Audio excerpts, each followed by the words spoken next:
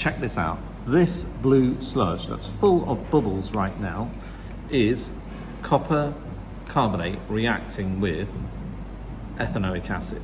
And you can actually see the bubbles just through the side of the beaker over here, bubbling away. Now, what I intend to do with this sludge is I intend to try and get all of the copper to carbonate to react. I'm going to put a little more in there. And then what I'm going to do is, once all of the ethanoic acid is neutralized, I'm going to reduce down the filtrate using heat. I'm just going to double check to see that it has indeed been used up. What I've got is some pH paper, very, very sludgy, I must say.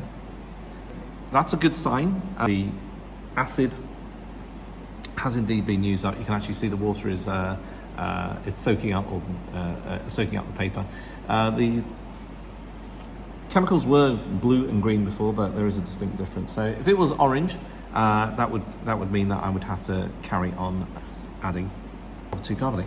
So what I'm now going to do is I'm going to filter this. So you're going to see a cool video of it being filtered. And then what I'm going to do is I'm going to transfer it over to an evaporating basin, and I'm going to make some crystals, and then we're going to see what they look like underneath the microscope.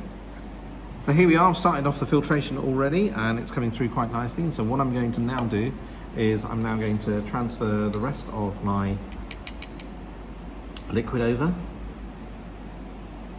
using a glass rod, just to make sure that the liquid falls in the right place.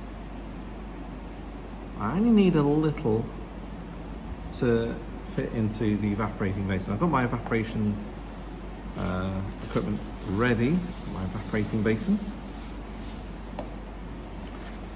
So this is what an evaporating basin looks like. It's really cute, really cool. I'm going to be able to transfer some of this liquid over and then start to heat it. I'll show you what the equipment looks like in just a sec. So I'm just going to transfer some of this filtrate to our evaporating basin here. It's all ready to heat up. And I'll show you what the water bath will look like. I'm going to use a water bath for gentle heating.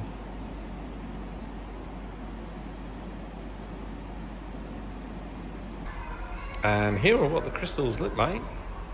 And so what I'm going to do is I'm going to transfer some of them over to a microscopic slide, and I'll show you what we've made.